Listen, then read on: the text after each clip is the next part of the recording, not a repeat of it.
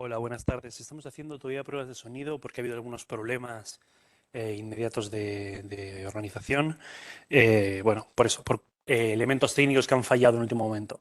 En cuanto terminemos de asegurarnos que está todo funcionando, ya dejamos que empiece la sesión. Pero desde ya, bueno, agradecemos a todos los que están aquí ya desde este momento.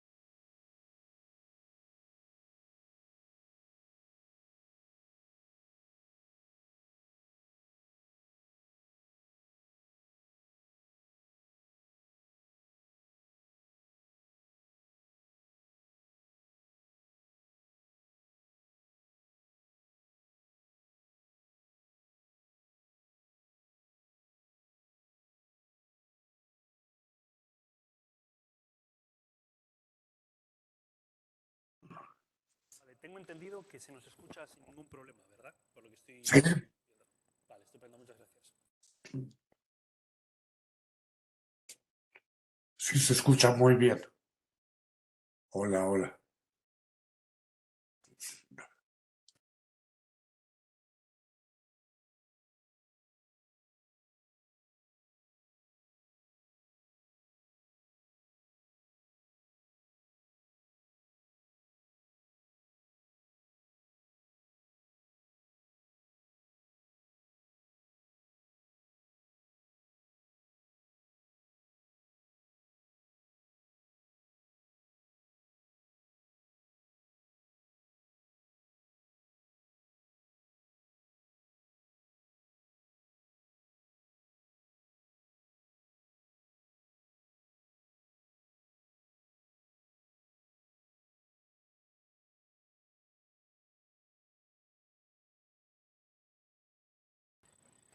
Opa, opa, ¿se nos escucha? David, te he dado permiso de presentador. Dime si puedes disponer de él o no, por favor. Sí, ya estoy aquí. Me imagino que se estará escuchando y voy a entonces a poner la presentación. Vale, se te escucha Y sin problemas de este lado también. Supongo que el resto de la gente bueno, también lo podrá hacer. puedo abrir el vídeo. Ahí está. Vale.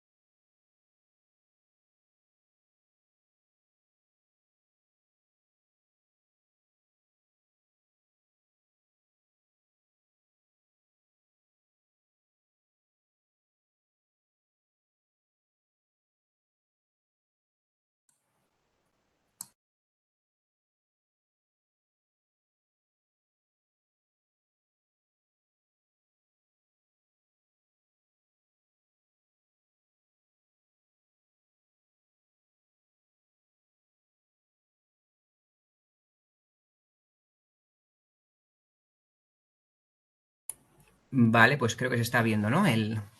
La presentación. Sí, estamos pudiendo ver sin ningún problema en principio tu presentación, David. Y se pasa las páginas, ¿verdad? Sin Sí, sin problema. ningún problema. Pues cuando me digáis, De acuerdo. empiezo. O si queréis dejar un tiempo de. O bueno, como digo, cuando me digáis. Vale, un momento, por favor. Me ha parecido escuchar a Julen de fondo comentar que a ver si lo podías poner en modo presentación para ver si se ve en pantalla completa. Ujú.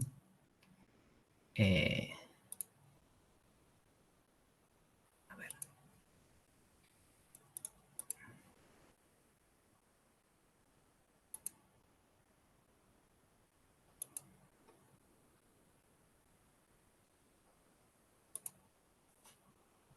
Vaya, no sé qué ha pasado.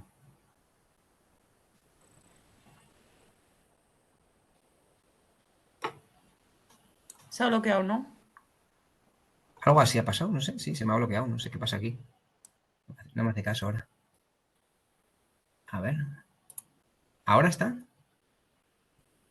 De acuerdo, y Yo lo tengo en pantalla.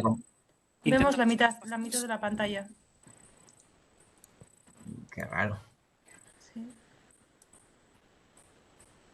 Vamos a ver de otra manera. Vaya, ahora no sé qué pasa.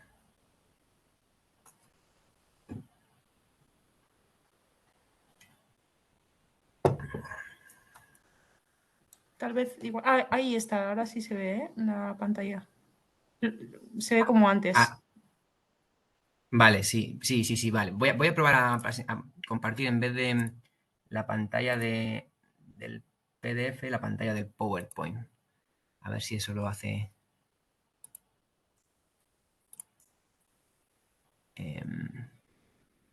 PowerPoint.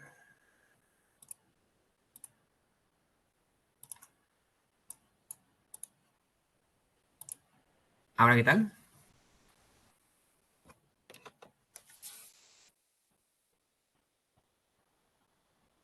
Bien, lo que pasa es que se ven los textos de atrás. No sé, igual al verlo en modo presentación no pasa eso. Lo tengo puesto en modo presentación. Ay, pues no lo estamos todavía viendo. no se ha actualizado todavía el vídeo que estás compartiendo, la presentación compartida tuya. Intenta moverte de la primera diapositiva a ver si se van cambiando. Bien.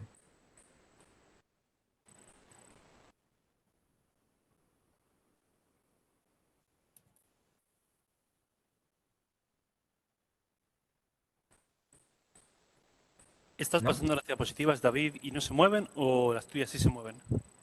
Las mías sí se mueven, sí. Ahora, No hay otra forma. ahora se ha movido a la tercera, pero va dando saltos, ¿eh? Vale, yo creo que Joder. lo que ocurre es que va un poco despacio simplemente la cuestión de esto, pero por la lentitud del propio Internet. Supongo que cuando lo pongas, además como no irán pasando tan rápido una diapositiva a otra, se podrá ver sin problemas. Vale, pues voy a volver a compartir que lo había quitado. A ver.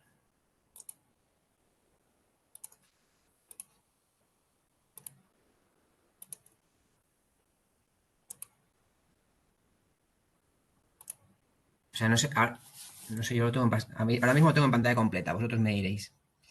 Sí, yo también hay que ponerle la opción de pantalla completa, pero no sé cómo le hice.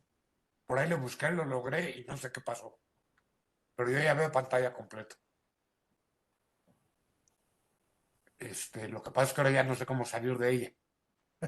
Pero bueno, no importa. Normalmente dándole al escape.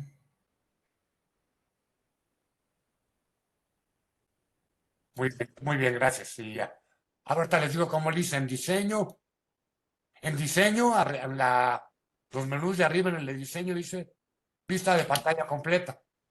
Y si lo activan, ya nos vamos a pantalla completa. En opciones está vista de pantalla completa, ocultar participantes sin video. Y en vista de pantalla completa le ponen pantalla completa y ahí está.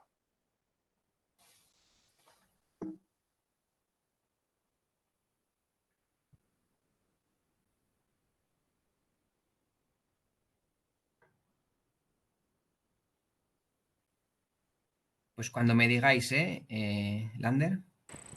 Pues si estamos todos listos, sí que antes de empezar, bueno, me gustaría a mí pues agradecer a todos los que están aquí presentes, evidentemente dar la bienvenida al inicio del presente ciclo y dar una serie, bueno, de pequeños apuntes antes de dejarte ya, Matías, en la presentación, David. Ya sé que vamos un poco tardes con el tiempo, pero bueno, por lo menos para dar estos puntos me parece que es importante. Recordar un poco con el funcionamiento que va a llevar el seminario de aquí a un tiempo, ¿vale? El hecho de estar juntándonos cada 2 semanas más o menos con una cantidad de texto más o menos elaborado, que vayamos preparando, que vayamos pensando, que traigamos siempre que sea posible pues algún tipo de elemento, digamos, que nos ayude a explicar esto, siempre es agradecido, sea un PowerPoint, sean unas gráficas, sea lo que sea, eso, digo, siempre se hace de agradecer, porque al final nos permite ver de forma como más clara estas cosas. Veo un mensaje por aquí, Pepe. ¿Hay un ruido? ¿Se me escucha bien? Sí, hay un pequeño ruido, pero por mi parte se escucha lo suficientemente bien. Vale, perfecto. Será cosa del ruido del espacio. Vale, simplemente pues eso, decir esa cuestión. También, bueno, hemos visto, no solamente aquí en la sesión, sino pues, por el correo también, que hay gente que viene ya desde el año pasado y algunos desde el anterior, y sí que sería interesante, si a esa gente le parece interesante, una propuesta que iríamos nosotros era ampliar el grupo de organización, pues estas sesiones a estas personas. Yo que estaba pensando pues, en Diego, en José Luis, en Melina, pues, que se animen, ¿no? Como ya hicieron el año pasado, pues si les parece interesante ya a hacer también alguna sesión de este ciclo, pues desde aquí va esta primera invitación a que se sumen a participar de ello. Como decimos, ¿no? Normalmente lo que es la organización de todo esto, bueno, la decisión de cómo se va a hacer todo este espacio, lo hacemos o bien por el correo o bien por un grupo que tenemos de WhatsApp de los colaboradores y organizadores del seminario. Entonces, bueno, pues una invitación para quien quiera, quien le parezca interesante. Después ya mandaremos más información después de esta sesión sobre el contenido que vamos a ir trabajando, sobre las propuestas que tenemos de cada una de las sesiones, con el texto. Pero sí que sería interesante que si alguien ya pues dice, mira, yo creo que podría hacerlo o me parece interesante hacerlo, toma esta responsabilidad, bueno, pues que sepa que estamos más que dispuestos de recibir pues, ese correo y que ese correo, ese número de teléfono y introducirles en el grupo de WhatsApp para así pues, coordinar de una forma más fluida. Porque al final pues es cierto que la comunicación por correo a veces es un poco más engorrosa para algo mucho más rápido y directo. Entonces, pues esa información. Y bueno, no mucho más que decir. De nuevo, las prácticas como más esenciales que hemos estado trabajando aquí. Venimos con el texto trabajado, la persona que lo va a presentar es quien va a moderar un poco la sesión del día, ¿de acuerdo? También desde aquí asistiremos un poco con la cosa técnica si hay algún problema o alguien no sabe manejarse muy bien con Webex. Y evidentemente, lo dicho, después de la presentación, que no debería ser lo más importante, tenemos la parte más enjundiosa de la sesión, que es el momento pues, más de debate, de valoración, de puesta en común de determinadas nociones. Entonces, si no hay más dudas con respecto a la organización, ya sé que lo hemos repetido muchas veces, pero me parece importante decirlo una vez más en esta introducción, podemos ya dejar que nuestro compañero comience la presentación. Sí que voy a esperar un momento por si alguien tiene una duda o si no se me ha entendido muy bien cosa de estos micrófonos.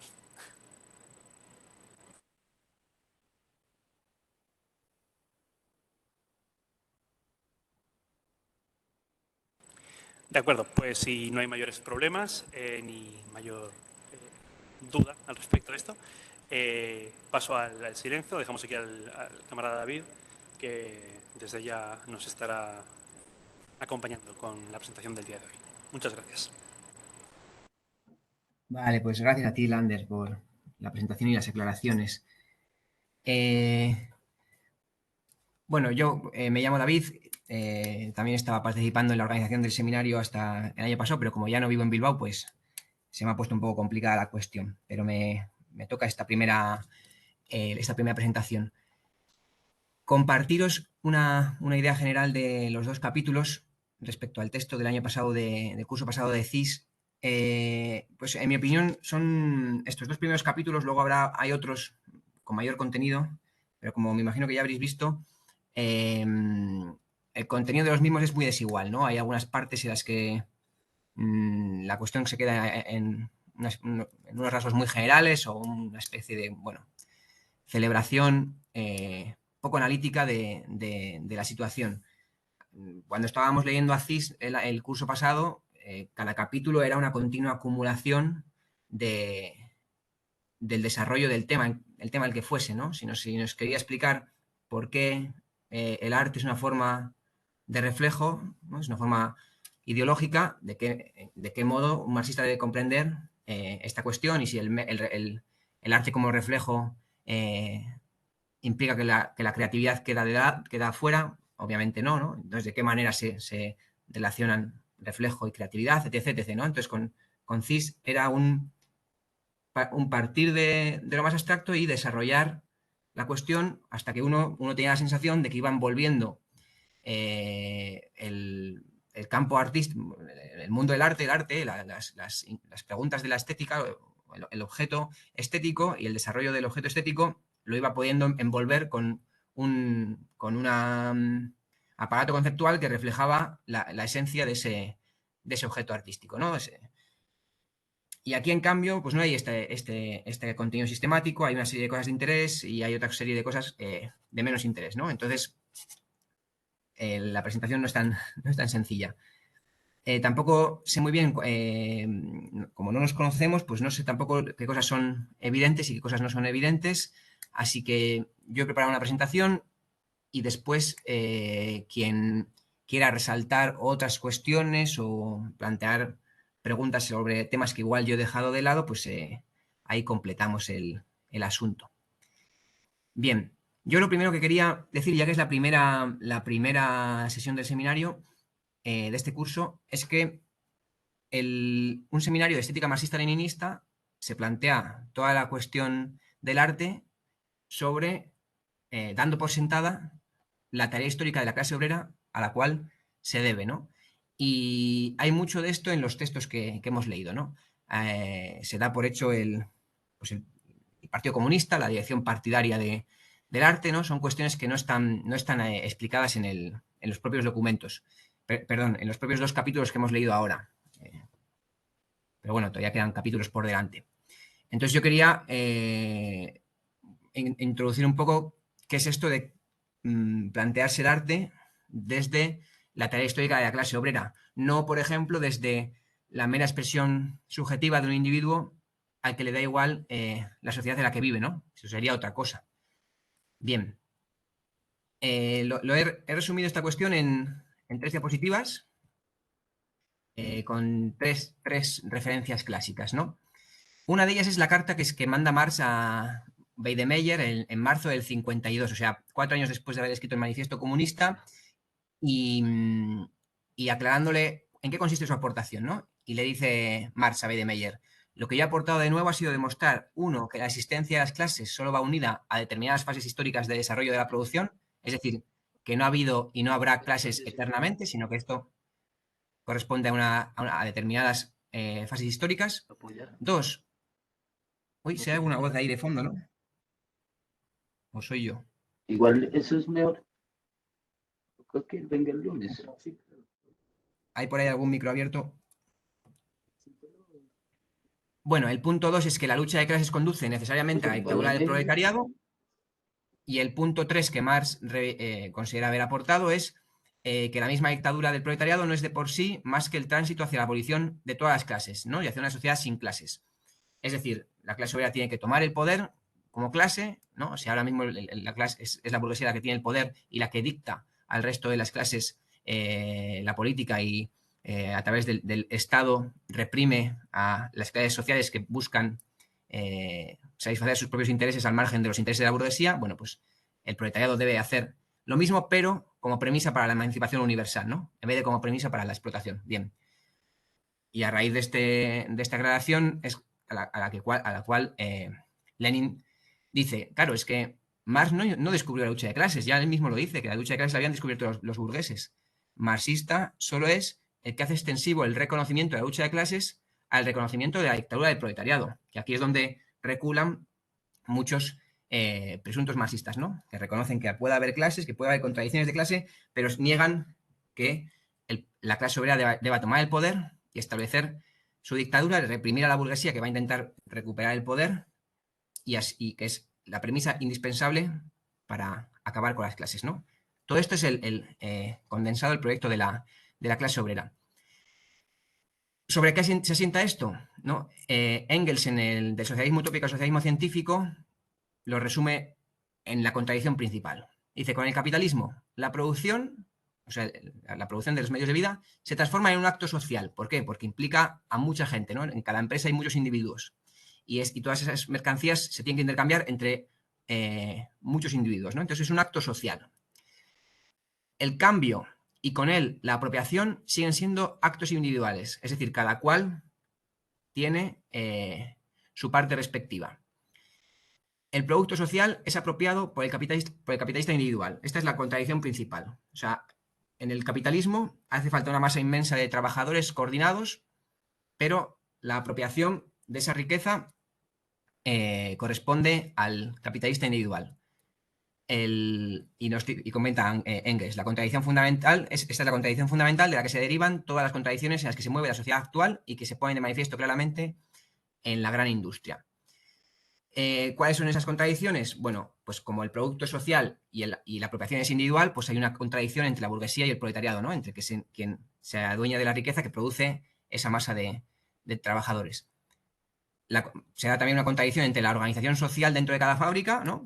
Cada obrero debe estar en su lugar, frente a la anarquía social en la producción total, ¿no? Cada empresa hace lo que se le ocurre, lo cual conduce a crisis de sobreproducción, etc.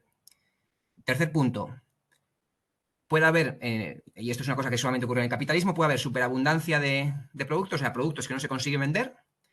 David, perdona que te interrumpa. Creo que estás moviendo las diapositivas y nosotros seguimos en la primera, ¿no? Me parece... Pues sí, he movido. No sé Sí, muy bien qué es lo que pasa. como habías comentado que eran 3 diapositivas y seguíamos viendo la primera, suponía... Ahora sí se ha movido.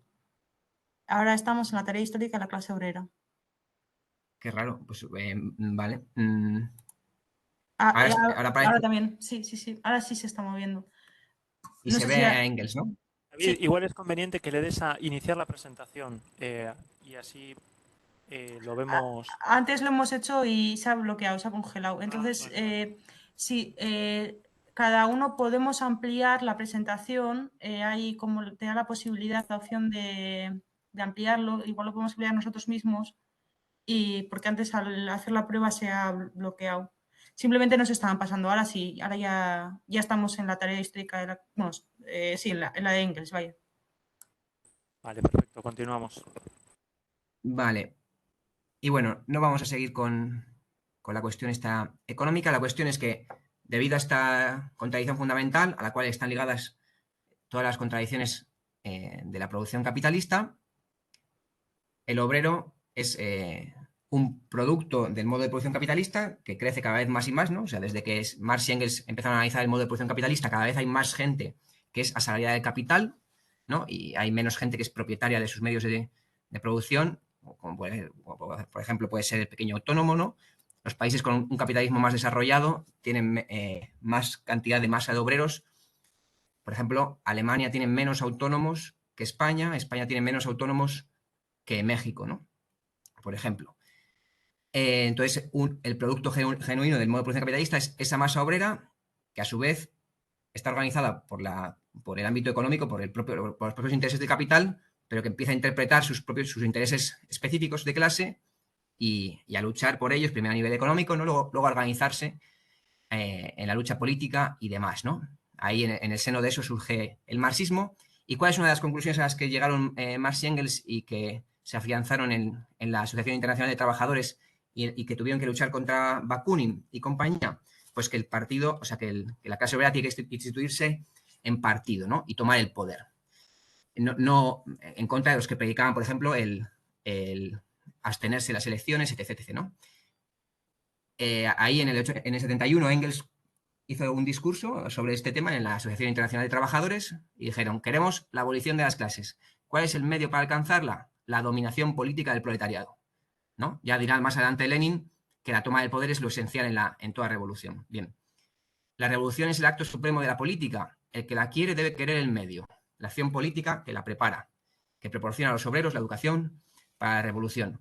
Bueno, pues a raíz de este debate en la internacional y la derrota de los anarquistas, se incluyó en los estatutos generales de la internacional el artículo, no sé si ahora sí será el sexto o el séptimo, que decía lo siguiente, ¿no? En su lucha contra el poder unido de las clases poseedoras, el proletariado no puede actuar como clase más que constituyéndose él mismo en partido político distinto y opuesto a todos los antiguos partidos políticos creados por las clases poseedoras. Esta constitución del proletariado en partido político es indispensable para asegurar el triunfo de la revolución social y de su fin supremo, la abolición de las clases. Vale. Bueno, pues así queda resumida a grandes rasgos las principales cuestiones de la tarea histórica de la clase obrera. Cuando Javier Parra, en la charla que se dio el otro día de introducción, estaba hablando de la lucha cultural y del arte, le era inevitable hablar de la situación de los partidos comunistas, de su debilidad, de sus derrotas, de sus avances, ¿no? Porque esto está internamente relacionado. ¿Y dónde se sitúa entonces el arte respecto a la tarea histórica de la clase obrera? Pues si recordáis en el libro de Cis del año pasado, ahí habíamos estudiado la siguiente cuestión, ¿no? Que el realismo socialista es una teoría que orienta la producción artística en favor de esa tarea histórica de la clase obrera, ¿no? Está orgánicamente vinculado a la concepción marxista-leninista del mundo. El artista que se guía por el método del realismo socialista no puede limitarse a reflejar la vida, hay de irrumpir activamente en ella para ayudar con su arte al pueblo a construir una nueva sociedad. Para nosotros el espíritu de partido es la verdad suprema de la vida, es servir al pueblo. Y bueno, en el texto que tocaba leer para hoy, en el primer capítulo, se viene a decir de similar manera que el marxismo examina las cuestiones del desarrollo socioeconómico, político y cultural en una ligación indisoluble con la lucha revolucionaria del proletariado y sus aliados. La cultura está en mitad de todo esto y el arte también como parte de la cultura. Entonces, es desde aquí desde donde la estética marxista está preocupada por analizar la actividad artística contemporánea desde estas preocupaciones, ¿no? No son ni preocupaciones de tipo anarquista, barrial, localista, ¿no? Sino que están muy vinculadas a dónde está la clase obrera hoy, cuál es su nivel de organización, si tiene partido político, qué fuerza tiene, cómo hay que fortalecerlo, qué necesidades históricas hay y entre ellas cuáles son las necesidades culturales para hacer avanzar la tarea histórica de la clase obrera. Bien. Del capítulo de Dolgov, ¿no? La cultura y el progreso social se titula. Es un capítulo que nos comienza situando en el contexto de la Revolución de Octubre y todo lo que eso implica para la sociedad, ¿no? Una activación muy superior de las masas, un desarrollo de la instrucción general, que a su vez es solo posible si se desarrolla la producción material, ¿no? Y al mismo tiempo esa instrucción general permite el desarrollo de la producción material. Ya os acordaréis que cuando los bolcheviques tomaron el poder, Lenin estaban buscando cuadros técnicos para poder poner en marcha las empresas para satisfacer las necesidades de los trabajadores de Rusia. Y no tenían. Hubo también que desarrollar una cosa que se llama capitalismo de Estado, es decir, dejar algunas empresas que entren a producir bajo determinadas condiciones firmadas por el Estado, porque si no, no había forma de, con las propias fuerzas de Rusia, desarrollar esa producción material indispensable para que prosperase el socialismo, ¿no? Ahí, pues a Lenin le acusaron los izquierdistas de traidor y demás, ¿no? O sea, el proceso revolucionario es un proceso muy complejo y, en fin. Y otro fenómeno que se desarrolla con la Revolución de Octubre es la intelectualidad socialista, ¿no? Si en una sociedad como la nuestra, la burguesa, una intelectualidad entregada a las tareas de la clase obrera es muy minoritaria y está muy golpeada, y como dijo Javier Parra, no tiene condiciones objetivas muy favorables en la mayoría de los casos, le cuesta encontrar trabajo, ¿no? Un artista, si es comunista, va a tener muchas más dificultades para desarrollar su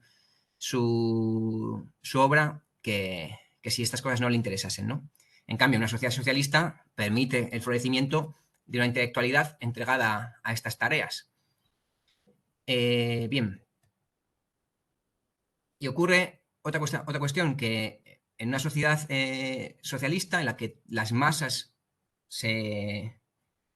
participan cada vez más activamente en su propio destino, el proceso consciente, el factor subjetivo cobra mucho mayor peso, ¿no? Entonces, los niveles de conciencia de estos trabajadores, su moral, su convicción, ¿no?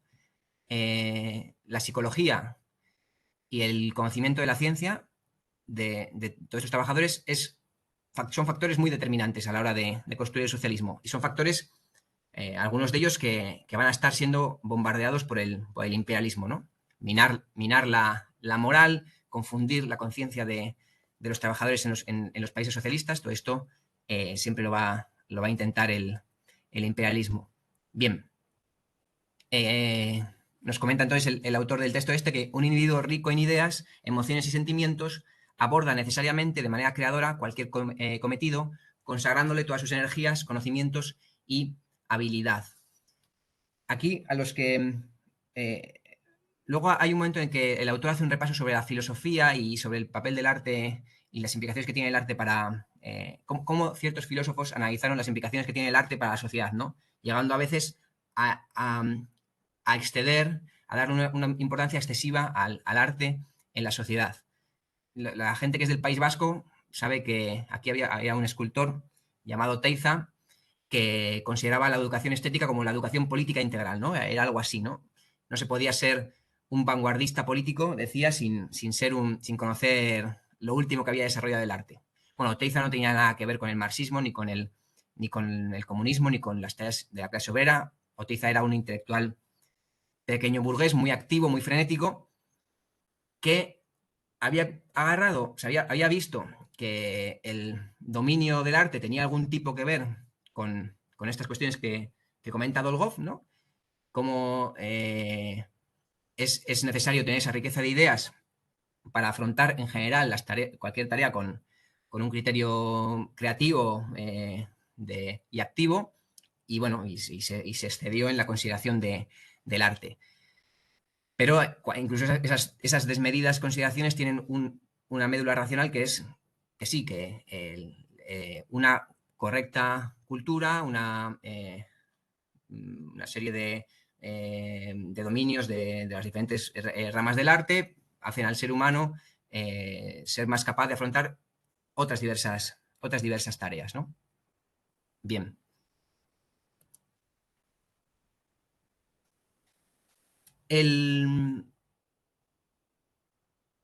Claro, a medida que los propios trabajadores de la Unión Soviética participaban activamente en el proceso de edificación comunista, ¿no? También cobraban conciencia del lugar que les correspondía en la colectividad y en el organismo social, ¿no? Eso es lo que nos explica Dolgov, que es algo que, si lo comparamos con las sociedades nuestras, con las sociedades burguesas, ocurre exactamente lo contrario, ¿no?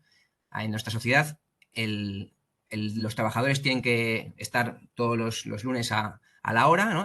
Tienen que estar activos en la producción social, pero al mismo tiempo la burguesía tiene que hacer todo lo indispensable para evitar que cobren conciencia del lugar en el que se encuentran en esa sociedad, ¿no? Y para eso tenemos pues aparatos de dominación ideológica, todos los mass media, ya sabéis, pues bueno, en un país como España, todos los medios de comunicación, absolutamente todos, pertenecen al gran capital, y solamente hay medios muy minoritarios por redes o pequeñas tiradas de periódicos de organizaciones, agrupaciones barriales, pequeños partidos o grupúsculos comunistas o de otras tendencias políticas que intentan elaborar su propia lectura de la realidad, ¿no? Pero por lo demás tenemos un aparato de propaganda impresionante.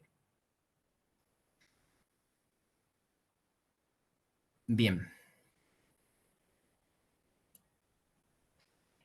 A la hora entonces de analizar en qué consiste este desarrollo de la cultura en el conjunto del progreso social, Dolgov comenta algo que es una cuestión básica del marxismo, ¿no? Que hace falta un enfoque dialéctico materialista para conocer las leyes del desarrollo y del funcionamiento de la cultura, las cuales descansan sobre el desarrollo del conjunto de la sociedad y sobre el desarrollo de las fuerzas productivas y las relaciones de producción, ¿no? Y todo esto va interconectado, ¿no? Ya habéis visto que en el propio texto que para el marxismo no hay una contradicción por sí misma en el desarrollo técnico respecto al desarrollo cultural, sino que es todo lo contrario, ¿no? El desarrollo técnico permite el desarrollo cultural siempre y cuando las relaciones de producción también lo permitan.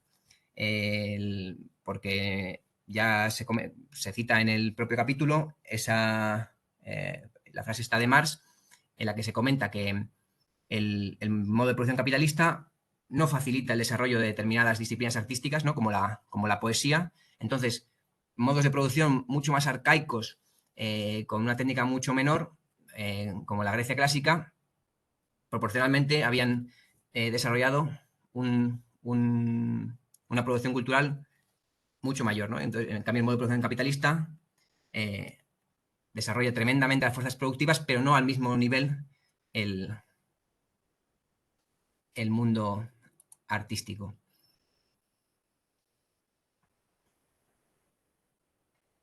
En cuanto a esta relación entre cultura y estructura social, pues la primera cuestión que Dolgov pone sobre la mesa es las implicaciones que tiene la estructura clasista, ¿no? Desde luego que en una estructura de clases, pues la cultura va a estar completamente teñida de esto, incluso va a elaborar cada clase social su propia cultura, y la clase dominante va a imponer a privar a la clase dominada de elementos de la cultura y a imponerle su ideología, ¿no? Y nos comenta Dolgov, el mayor vicio de todas las teorías elitarias de la cultura y de las propias culturas elitarias consiste en que ellas separan al pueblo, el motor principal del progreso social y cultural, no solo y no simplemente de la cultura elevada, sino también y ante todo del producto de su propio trabajo, quitando a la actividad laboral el principio creador. En cambio, en un país socialista es justamente todo lo contrario, ¿no? Se trata de ligar el conocimiento del trabajador a su propio trabajo, que su propio trabajo sea producto suyo, del conjunto de la sociedad, en vez de que el producto quede apropiado por el capitalista, ¿no? De modo que el trabajo del trabajador, mientras que en el modo de producción capitalista produce plusvalía y le impide desarrollarse culturalmente, en el socialismo, con el trabajo, los trabajadores producen la base también de su desarrollo cultural, que a su vez ese desarrollo cultural permitirá también un mayor desarrollo de los medios de vida, ¿no?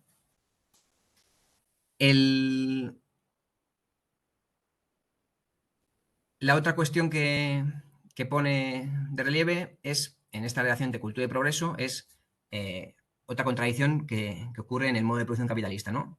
La dificultad que tiene para originar nuevos valores humanos. Y nosotros, bueno, como sabéis, hay muchísimas películas de las sociedades imperialistas en las cuales el futuro que se vislumbra es siempre un futuro negativo en el que las clases sociales son eternas, un futuro apocalíptico, en el que es imposible ver prosperidad, ¿no? O sea, la propia ideología burguesa es incapaz de producir un mundo más próspero y busca que la clase obrera no sea capaz de concebir un mundo más próspero que el actual, ¿no? Y trata de normalizar, de naturalizar todas las valores que hoy deberíamos intentar superar, los quiere plantear como naturales, ¿no? ¿Qué es lo que busca la producción cultural en el socialismo? Pues justamente lo contrario, ¿no? Que es incorporar a los trabajadores al consumo y a la producción cultural y que esto sirva para incentivar la producción, para vislumbrar hacia dónde tiene que ir la sociedad, incentivar el desarrollo social, ¿no? En la sociedad socialista, todos los tipos y géneros de arte y literatura deben elaborar esas nuevas formas de cultura, nuevos valores culturales, en los que obtienen su expresión concentrada la experiencia práctica y teórica del hombre, la práctica y la teoría de la edificación comunista. O sea que si en multitud de producciones culturales capitalistas se eterniza la condición social del modo de producción capitalista, ¿no? La división en clases, la explotación, la guerra, lo que, con el fin de mantener el orden social, la producción cultural socialista orientada por el partido, lo que busca es el continuo desarrollo de esa sociedad socialista que tiene como principio el creciente desarrollo, o sea, el creciente abastecimiento de medios de vida materiales y culturales, ¿no? El continuo desarrollo de el nivel de vida de sus integrantes. Bien.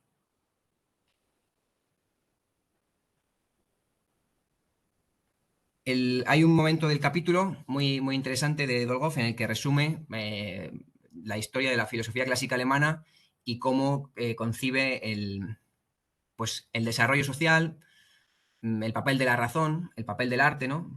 Bueno, no solamente la filosofía clásica alemana, porque empieza por Voltaire y Rousseau, ¿no? Pero luego enseguida pasa a Kant y Fichte y Schelling, bueno.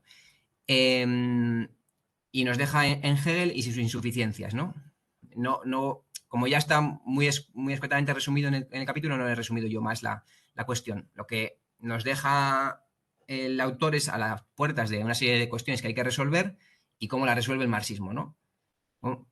Nos comenta que hacía falta una concepción nueva de la historia para llegar a comprender plenamente qué es la cultura y cuál es el papel de la cultura, ¿no? Hacía falta una concepción materialista que partiera de la dialéctica de las fuerzas productivas y de las reacciones de producción.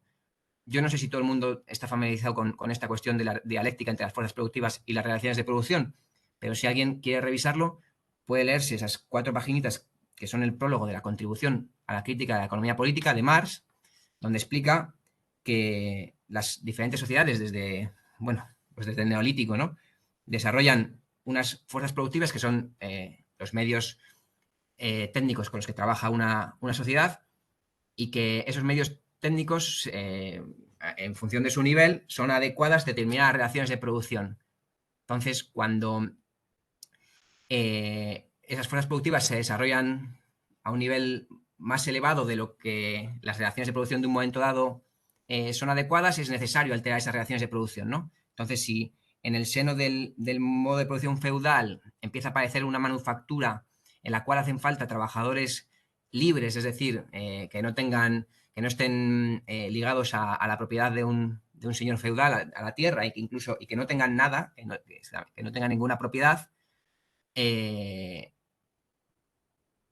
empiezan a ser ese modo de producción, de esa manufactura, el modo de producción dominante, todas las normas gremiales que limitan la masa de trabajadores que pueden estar bajo la dirección antes de un señor gremial, ahora de un burgués, pues bueno, todas esas normas gremiales deben ser suprimidas, la servidumbre de gleba debe ser suprimida, los campesinos deben ser expropiados de la tierra para dar rienda suelta a las relaciones de producción capitalistas, ¿no? Porque ya hay un nuevo nivel técnico que exige una nueva forma de que los seres humanos se relacionen en la producción. Ya no el gremio y el siervo de la gleba, sino el burgués y el proletariado, ¿no? Bien, bueno. Eso es una de las cuestiones que analiza la economía política marxista. Entonces hay que analizar así la historia sobre la base de esta dialéctica para ir viendo cómo se desenvuelve esta dialéctica, ¿no? Cómo los procesos técnicos van implicando dejar atrás antiguas relaciones de producción. Por ejemplo, con los esclavos, con la esclavitud, pues los medios técnicos tienen que ser muy toscos porque el propio esclavo no tiene ningún interés en tratar esos medios técnicos de manera cuidadosa, ¿no? Porque todo aquello era una abierta explotación de su cuerpo. En fin. Hacía falta una concepción materialista que no se limitara a analizar la sociedad en general, sino una fase histórica concreta de su desarrollo. Como sabéis, en el prólogo del Capital dice Marx que el objetivo último de esta obra es, en definitiva, sacar a la luz la ley económica que rige el movimiento de la sociedad moderna, la sociedad burguesa, porque no funciona de igual manera la explotación del trabajo en el capitalismo que en el feudalismo. No es por casualidad que el modo de producción capitalista está continuamente produciendo novedades técnicas, cosas que en tiempos pasados pues ocurrían de manera mucho más lenta, ¿no? Y también hace falta una concepción que no examinara al hombre en general, el ser humano en abstracto, sino al ser humano histórico concreto, ¿no? En la tesis de Marx sobre Feuerbach, del 45, en la tesis esta comenta: el ser humano no es una abstracción inherente al individuo aislado, es, en su realidad, el conjunto de las relaciones sociales. Entonces, si nosotros decimos que el ser humano es el conjunto de las relaciones sociales, y sabemos que esas relaciones sociales se van alterando con el desarrollo de las fuerzas productivas, de las relaciones de producción y el surgimiento de unas clases y otras clases y la lucha de clases y del Estado, pues entonces hemos de analizar esas relaciones sociales en cada estadio, ¿no? Para comprender la esencia de una sociedad, ¿no? La esencia de la sociedad burguesa es la producción de plusvalor y la apropiación del plusvalor por parte de la burguesía, ¿no? Para continuar con esa producción y apropiación hasta el infinito, no tiene límite interno. Entonces, una concepción materialista que no investigara el progreso en general, ¿no? Sino el de una formación socioeconómicamente e históricamente concreta. El progreso en cada uno de los estadios de las sociedades no sigue las mismas tendencias. Bien.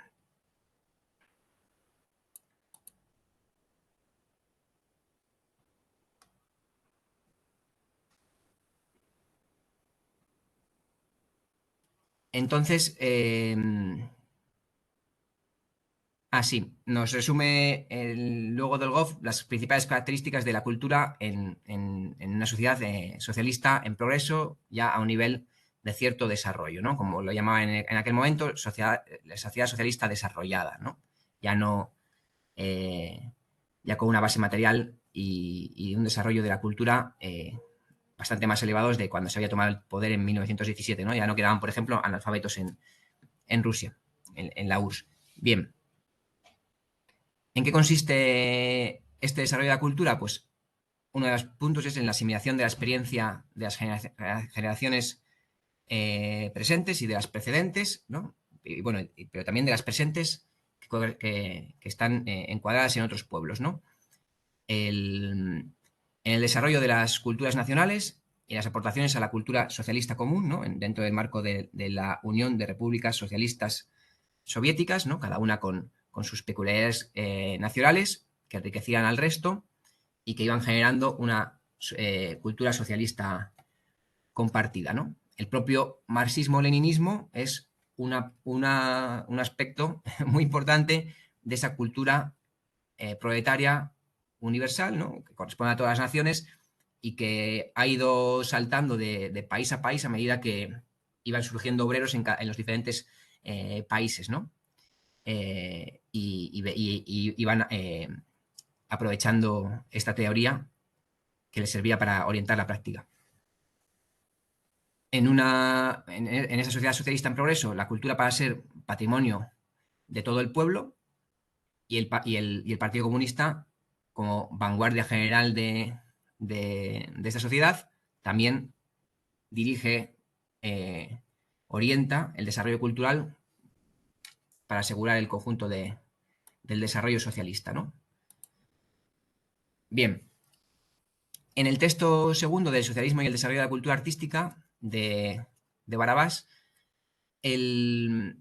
empieza, bueno, con la cuestión de dónde sale esta dirección política del partido, ¿no? Los principios de la política cultural están basados en la concepción marxista de la esencia del arte, ¿no? Que no nos explica en qué consiste la esencia del arte, pero hay el primer capítulo del libro de Cis, si alguien quiere releerlo, lo puede leer porque está dedicado a eso, ¿no?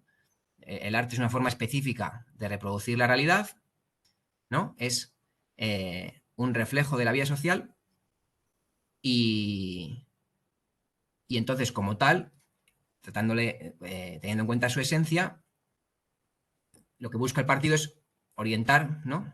Una serie una serie de principios para que ese reflejo, que es activo, que sirve al ser humano para tomar conciencia del lugar que ocupa la sociedad,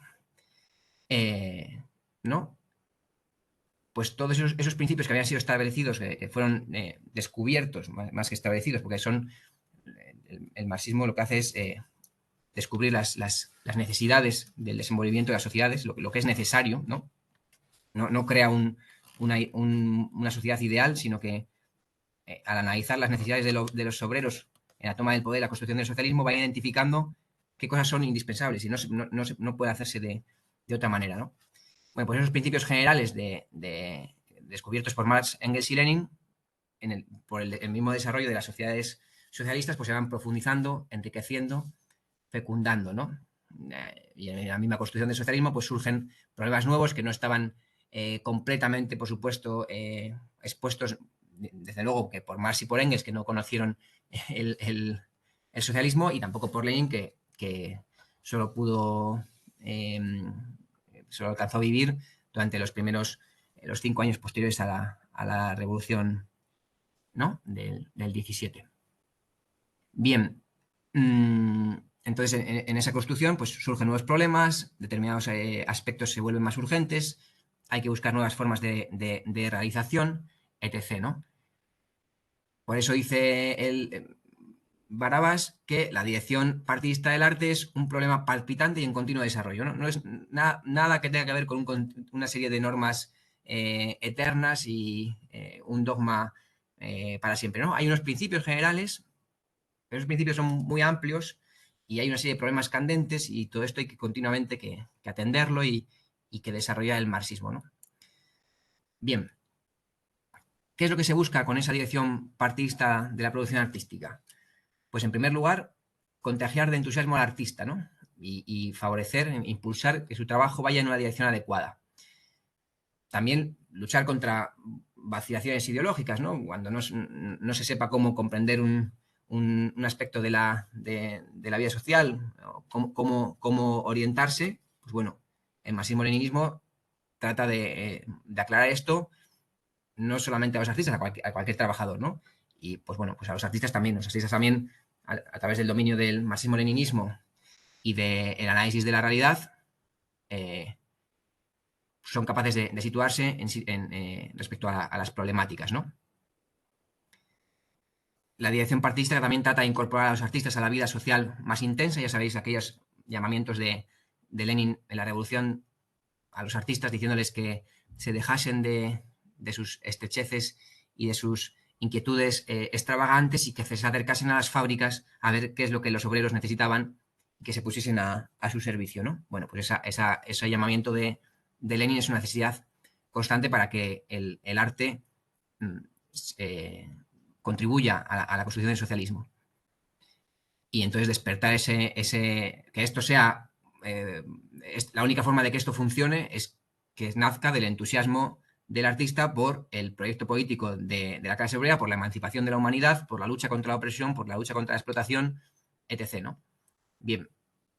Entonces, implicar al artista en el interés y la participación de la causa común, en el servicio al pueblo, en la transformación revolucionaria y en el conocimiento del realismo socialista y del mismo desarrollo del realismo socialista, porque el realismo socialista lo han desarrollado en buena medida artistas también, ¿no? Como Máximo Gorki, que es el que Cis nos comentaba que había sido el primero que había empezado a hacer este tipo de producción, ¿no? Ya con más nitidez, ¿no? Porque elementos del realismo socialista, elementos de artistas inclinados al proletariado y a reforzar su lucha habían existido previamente. Pero ya con Gorki lo que se da es una producción de varias obras de alta calidad por parte de un bolchevique que ha comprendido perfectamente, en muy alta medida, el marxismo y la situación en que está atravesando Rusia y que contribuye desde el ámbito del arte a todo esto, ¿no? Y que da obras que trascienden el mero interés de ese momento en Rusia y que todavía incluso se siguen leyendo en la actualidad, ¿no? Bien.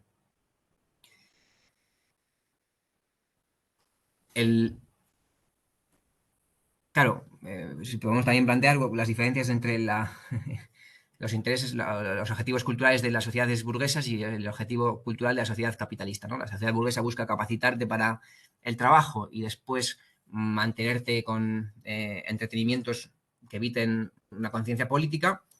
Y claro, la diferencia con las necesidades que tiene la construcción del socialismo para con su propia población, para que ese desarrollo del socialismo se desenvuelva, son completamente distintas, ¿no? Formar un ser humano completo, armónico, con buen nivel de vida material y cultural, ¿no? Un creciente bienestar y una creciente afición por las masas, por los valores estéticos, ¿no? Y lo que nos comenta el autor es que conforme se eleva el nivel de vida material, el florecimiento de la cultura socialista se convierte progresivamente en causa de todo el pueblo. Pues evidentemente, ¿no? Si a los inicios las masas populares de Rusia estaban completamente desamparadas material y culturalmente, a medida que eso se va solucionando, ¿no? O sea, a medida que se consigue asegurar unas condiciones de vida dignas, pues ya el progreso de la cultura interesa a toda esa masa que ha salido de la miseria, ¿no? Y bueno, pues eso no pasa en otros muchos países. China ha sacado cada año a millones de ciudadanos de la pobreza que, a su vez, que desarrollarán una mucho mayor inquietud cultural, ¿no? Y serán artífices del futuro desarrollo cultural. Bien. Lo que se constata entonces es un aumento de la dedicación a la cultura, un aumento también de las exigencias en la orientación ideológica y en los méritos artísticos y un ascenso del arte de aficionados, ¿no? Lo que empieza también ya a ser todavía de manera muy, muy preliminar, pero que empuja hacia la tendente supresión del trabajo, de la división del trabajo manual e intelectual, ¿no? A medida que el desarrollo técnico permite reducir la jornada laboral y que los trabajadores se introduzcan en la formación y el desarrollo de la cultura, pues esa división del trabajo exacerbada que promueve las sociedades de clases entre trabajo manual e intelectual, entre los que dirigen y los dirigidos, empieza a suprimirse, bueno, se suprime por muchas partes, ¿no? Porque también si los trabajadores participan de la dirección política y de la dirección económica de la sociedad, pues esa también es otra inicio de la supresión de esa división del trabajo, que por supuesto es una tarea de muy largo recorrido.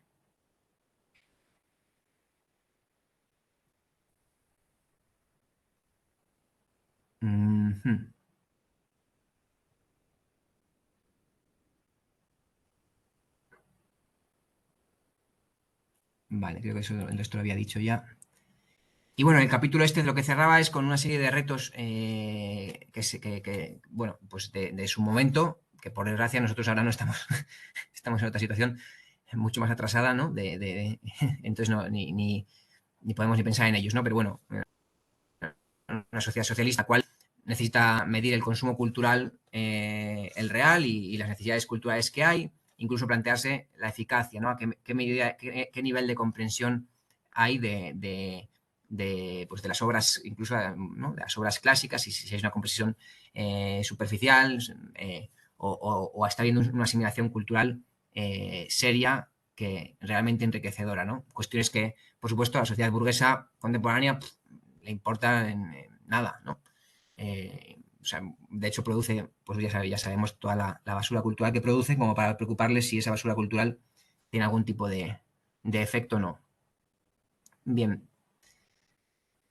También plantea que entonces una dirección partidaria de la cultura no simplemente va a satisfacer las necesidades existentes, las necesidades culturales existentes, sino que también va a tratar de conducir el consumo hacia un objetivo ideal, ¿no? Pues si estamos hablando de una sociedad socialista en desarrollo, las necesidades y la tendencia al consumo de un momento dado no corresponde con la etapa a la que se busca llegar, ¿no? Siempre es todo el movimiento es una contradicción, ¿no? De modo que hay que plantear un destino, un objetivo cultural a que tender, que no se resuma en satisfacer la inquietud presente, ¿no? Sino en desarrollarla y llegar a una siguiente fase. Bien. Y entonces también orientar a la producción artística para que se cumplan esos objetivos y tener, bueno, y registrar cuáles son los niveles de cultura reales entre los diferentes sectores de la población en una sociedad, pues bueno, como la soviética de la época, que por supuesto había todavía diferencias formativas en ese vastísimo país que era la Unión de Repúblicas Socialistas Soviéticas, ¿no? Otro de los retos es el de impulsar la moral comunista, la actividad social y los principios creadores entre el conjunto de los trabajadores, que es, bueno, pues es todo lo contrario de lo que se nos impulsa, ¿no?, a los trabajadores de unas sociedades imperialistas, ¿no? Aquí que hay una moral de consumo, que la actividad se reduzca a el entretenimiento apolítico y, bueno, los principios creadores, cuando van más allá del ámbito del trabajo, pues no tiene ningún tipo de interés. Incluso en el ámbito del trabajo, pues la creatividad está muy en muchísimos trabajos no tiene ningún tipo de... no se permite ni tiene lugar, ¿no? No hay opción para que tenga lugar. Y bueno, el reto analítico que tenía en aquel momento, o que estaba intentando afrontar el texto, es que para comprender todas estas cuestiones y orientar correctamente no es posible ni basarse en un método intuitivo, es decir, a lo que el autor le parezca en función de la información que le llega, qué es lo que está ocurriendo y qué es lo que habría que hacer, ni un sistema, ni un administrativo, ni uno voluntarista, ¿no? Solo los principios leninistas de la dirección y administración científica de la esfera cultural, con arreglo a sus leyes y peculiaridades inmanentes, ofrecen medios eficaces para alcanzar las metas del fenómeno de la cultura y proporcionan la única clave segura para revelar plenamente las ventajas del socialismo. Claro, esta frase es una frase casi que podríamos decir un poco escolástica, ¿no? Porque si no nos has explicado cuáles son los principios leninistas de la dirección y administración científica de la esfera cultural y cuáles son las leyes y peculiaridades inmanentes del desarrollo de la cultura, pues está la cosa un poco embrollada. Pero bueno, luego en el debate podemos hablar sobre ello. Y bueno, también decir que al final del texto se reflejaba el plano internacional en el que se encontraba la URSS en aquel momento, ¿no? La amenaza de conflicto bélico, ¿no?, de una guerra nuclear que había que evitar, que la posición de la URSS en aquel momento era la coexistencia pacífica, ¿no? Evitar esa guerra porque esa guerra podía exterminar a la humanidad y al mismo tiempo mantener la lucha ideológica, ¿no?, que como sabemos pues fue perdida en Occidente y bueno, y la propia URSS fue también derrotada. Así que esto es todo por mi parte.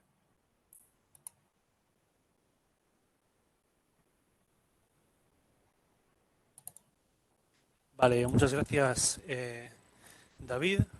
Vamos a dejar unos momentos para pues, que repasemos cada quien lo que hemos apuntado sobre esto mismo y desde ya, pues eso, decimos a cualquiera que si quiere poner alguna valoración, bien por el chat o bien quiere elaborar pues, algo comentado al respecto a esto, nos pide la palabra tranquilamente, va a estar moderando el propio David, pero yo por aquí pues leo algo o estoy atento por si hay algún problema técnico que pueda tener alguien o que quiere encender el micrófono y no sabe muy bien cómo funciona, y estoy aquí como de asistencia.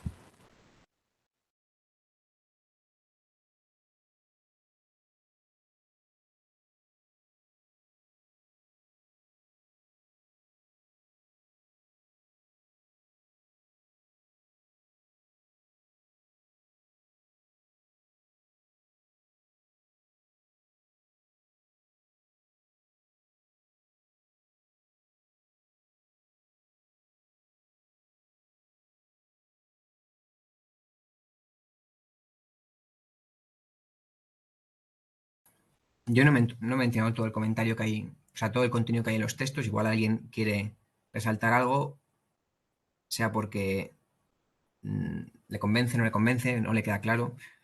Cualquier comentario o porque considera que he dejado fuera algo que era importante introducir. Tenemos dos palabras pedidas, primero por Alejandro y la otra por Diego, así que dejamos primero a Alejandro que haga la oración, la pregunta, el comentario que sea y después pasamos con Diego.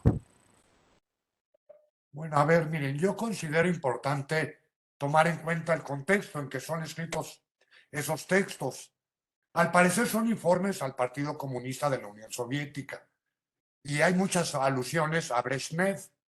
Yo me imagino que son textos posteriores al intento de desestalinización del régimen soviético. No olvidemos que por los 30 a los 50 hubo un partido que se fue ¿cómo les diré? Anquilosando, se fue volviendo un monopolio, ¿no? Se fue volviendo pues un monopolio depositado en la persona de Stalin, ¿no? Y a su muerte fue muy difícil tratar de volverle a dar vida, un nuevo oxígeno, digamos, al régimen soviético, ¿no? Al régimen mal llamado soviético, porque yo creo que ya en tiempos de Stalin se había desviado ya mucho de los principios, pues sí, teóricos, marxistas, ¿no? Y de los principios incluso bolcheviques, ¿no? Entonces yo creo que es muy importante tomar en cuenta esto, ¿no? Incluso por eso hay muchas alusiones hacia la juventud. También yo quiero pensar que es un texto escrito en los 70s, 80s. Bueno, al parecer el libro es de esa época, que es 10 años después del movimiento juvenil, que fue también un gran impacto que pasó en la cultura en general, ¿no? Y no nada más en la cultura capitalista, en toda la cultura en general, ¿no? Entonces yo creo que es importante tomar en cuenta el contexto, ¿no? En el que es escrito el texto, ¿no? Bueno, ahorita para empezar quisiera hacer esa observación, nada más.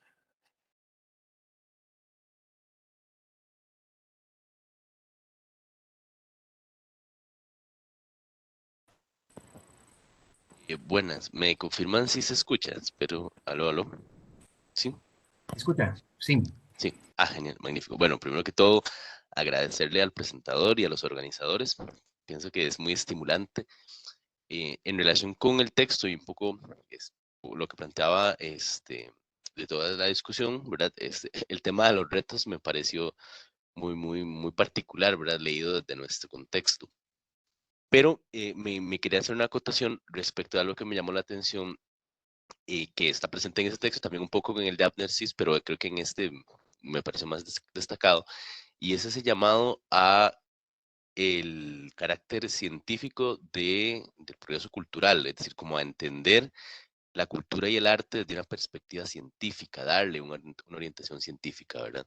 Hay un momento del segundo texto en el que incluso el autor menciona, ¿no? Cómo desde el punto de vista burgués hay un eclecticismo, ¿verdad? Y plantea, desde el marxismo-leninismo, él utiliza el término monolítico de la dialéctica materialista, ¿verdad?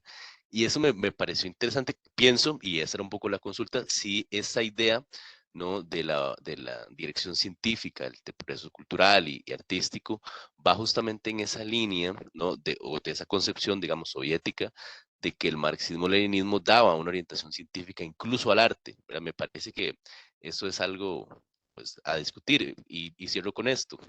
Bueno, algunos años yo soy economista y en algunos planteamientos en economía, particularmente en política monetaria, uno escucha, ¿no? Esta abocación a lo técnico y que lo técnico monetario, etcétera, ¿no? Y a final de cuentas, en las mismas presentaciones siempre terminan reconociendo que es casi como un arte, ¿no? La gestión de la política monetaria y los tipos de cambio y las monedas. Y entonces parece muy interesante porque en una disciplina como la economía, que se llena de ínfulas técnicas, terminan apelando a esa discusión también de que es como artístico. Pero entonces lo interesante es esa comprensión de lo artístico al mismo tiempo como una técnica, como una ciencia. Entonces, no sé, quería hacer como ese llamado sobre ese tema particular. Muchísimas gracias.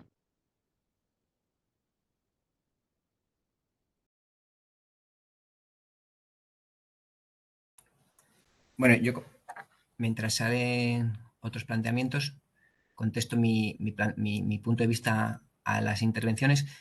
Claro, en mi opinión, respecto a la primera intervención, claro, yo estoy en completo desacuerdo, ¿no? Con la lectura. De hecho, cuando se anquilosa el partido, cuando empieza a anquilosarse es a partir del 20 Congreso de Khrushchev y sobre todo en los años 80, ¿no? O sea, el problema que sufre el PQS, los problemas gordos empiezan a partir de 1956, a partir de un informe, el llamado informe secreto sobre Stalin, que ya ha sido pues, desmentido completamente por los análisis historiográficos, y ahí me remito pues, a tres autores que yo creo que son muy importantes, ¿no? Primero, Domenico Lo Surdo, un marxista italiano.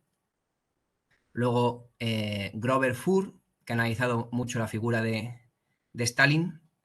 Y también hay un texto de Ludo Martens, de por ahí, de los Países Bajos, que tiene otro libro también sobre Stalin, Historia y Crítica, el de Historia y Crítica de una leyenda negra es de Domenico Losurdo, el de Ludo Martens es otra visión sobre Stalin, ¿no? Y bueno, últimamente han salido varios libros sobre Stalin a raíz del contexto de lenta y paulatina recuperación del marxismo-leninismo en Occidente, que viene ocurriendo, en mi opinión, desde la última crisis económica, porque todos los partidos comunistas han ido declinando y se encontraron que en la crisis económica de 2008 eran incapaces de hacer nada y ha empezado a haber una leve tendencia a la recuperación de una teoría que se había dicho que era anquilosada, que no estaba en contacto con la realidad y que resulta que lo que no estaba en contacto con la realidad era la desviación ideológica que habían acumulado los partidos comunistas en Occidente, también impulsados en la desviación de Khrushchev del 20 Congreso, ¿no? Eso, si se analiza la historia del Partido Comunista de España, el principal liquidador del Partido Comunista de España, que fue Santiago Carrillo, su político favorito de la Unión Soviética era Khrushchev y la desviación política del Partido Comunista de España comienza a finales de los años 50, comienza paulatinamente, ¿no? Después se van gestando los elementos de lo que se va a llamar luego el eurocomunismo y ya en el 78 se dice que el leninismo ha quedado obsoleto, que hay que dejar de definirse como marxistas-leninistas, que hay que pasar a definirse como marxistas revolucionarios, y ahí ya empieza una autodestrucción, por ejemplo, del Partido Comunista de España, en el que la incidencia del marxismo es cada vez menor en la propia organización, y la incidencia de la organización en los trabajadores desciende y ha seguido descendiendo hasta hoy, ¿no? En fin, entonces, en mi opinión, discutir esto es mucho trabajo. Yo plantearía que se tenga en cuenta que hay otras lecturas completamente distintas sobre Stalin y incluso Robert Ford tiene un texto sobre la democratización de la URSS, el proyecto que estaba impulsando Stalin, y cómo gente como Khrushchev, o sea, burócratas que estaban fueron los que lo bloquearon, ¿no? Y claro, luego estos mismos burócratas, cuando toman el poder a partir del 20 Congreso, aparte de eliminar físicamente a una serie de continuadores de la obra de Stalin, tenían que vilipendiar completamente y encima a espaldas del pueblo soviético, porque si el pueblo soviético hubiese conocido en el 56 ese informe sobre Stalin, pues no lo habrían consentido. Y luego, sobre la segunda pregunta, o el segundo planteamiento del carácter científico, lo que se plantea, lo que intenta continuamente el texto, yo creo que el de CIS era mucho más. O sea, el de CIS era el donde se podía llegar a entender esto. En estos textos no se puede llegar a entender porque no está explicado. En el de CIS sí está explicado qué consiste la estética como ciencia. Y básicamente, ahí, claro, lo que habría que discutir con los compañeros economistas que comentaba este compañero es, habría que irse a la concepción de ciencia y de ley, ¿no? ¿Qué estamos entendiendo por ciencia y por ley? Pero para el marxismo lo que habría que decir es, partimos de que, o sea, bueno, todo lo que existe es materia en movimiento, ¿no? Incluso las sociedades humanas son formas particulares de organización de la materia que se mueven siguiendo unas leyes particulares, ¿no? Que son diferentes de las de los átomos, diferentes de las plantas y diferentes de las de las manadas de leones, ¿no?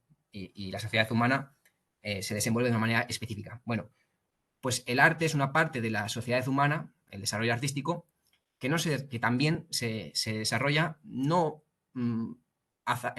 por puro azar, sino que se desarrolla por unas determinaciones. Si se analiza el conjunto de esas determinaciones, se analiza el conjunto del arte en una sociedad, pues se puede llegar a encontrar que eso sigue una serie de principios y una serie de leyes, ¿no? No cualquier cosa en cualquier momento puede ser una obra de arte en una sociedad. Y a eso se refiere entonces con la comprensión científica del desarrollo de la cultura. A entender que la cultura, por ejemplo, pues bueno, una cosa muy básica, que el desarrollo de la cultura no puede construirse sobre el aire. Para desarrollar la cultura hace falta desarrollar los medios de vida materiales, y que si queremos desarrollar las capacidades de lectura de una población, pues hay que construir escuelas, y que para construir escuelas nos hacen falta cemento, ladrillos, y tiene que haber trabajadores, ¿no? Entonces, todo este desenvolvimiento, en vez de estar explicado de una manera, pues no sé, mística o como un deseo voluntarista, pues bueno, hay que descomponerlo, entender qué necesidades tiene para poder favorecer ese desarrollo. Entonces, ese sería, y claro, y lo mismo en cuanto al realismo socialista, ¿no? O sea, el realismo socialista, nosotros cuando vemos una película y que no nos resulta creíble porque nos resulta, pues no sé, falsa, pues ya intuitivamente estamos viendo ahí que hay una incongruencia argumental o que de repente el guión no corresponde con lo que parecía que se estaba desenvolviendo con la lógica de la historia y resulta abrupta, resulta falsa, ¿no? Resulta, pues todas estas cuestiones que uno las puede ver o sentir de manera más o menos sistemática, pues si uno se dedica a analizar exhaustivamente qué es lo que necesita una novela o las novelas para ser creíbles, cómo los personajes llegan a tener fuerza vívida, bueno, pues todo esto también puede ser estudiado, se puede, y por supuesto, no solamente estudiado de una vez y para siempre, sino que continuamente hay que producir novelas nuevas porque continuamente las inquietudes y los objetivos de la sociedad varían, las cuestiones a las que podemos aspirar varían, las historias pueden ser nuevas y en cada nueva historia a narrar, pues todo este problema de la novela sobre la cual la teoría nos da una serie de ideas generales, pues hay que otra vez ponerlo en práctica, ¿no? Y entonces, esta sería la cuestión de la ciencia. La ley es identificar la necesidad, qué es lo necesario.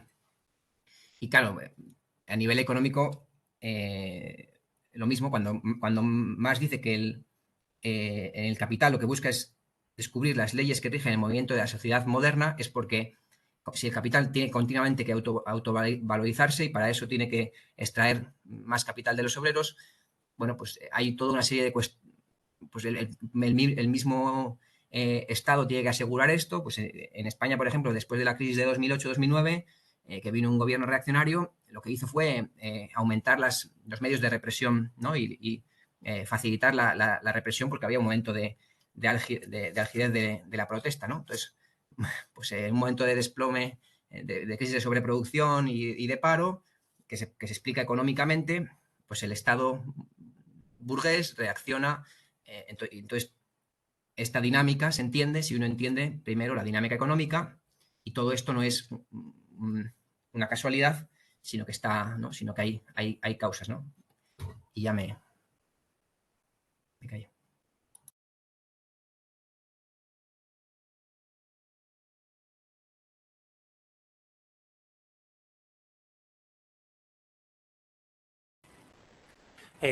Vale, a mí me gustaría dar las gracias tanto a Diego como a Alejandro por sus intervenciones y especialmente a David, que para muchos que no lo saben, pues está haciendo un esfuerzo especial hoy porque se encuentra en un hemisferio muy distinto al de la mayoría. Son, me imagino que más de las 12 en China, así que agradecemos el compromiso y el sacrificio por haber estado hoy con nosotros y habernos entregado tu ponencia.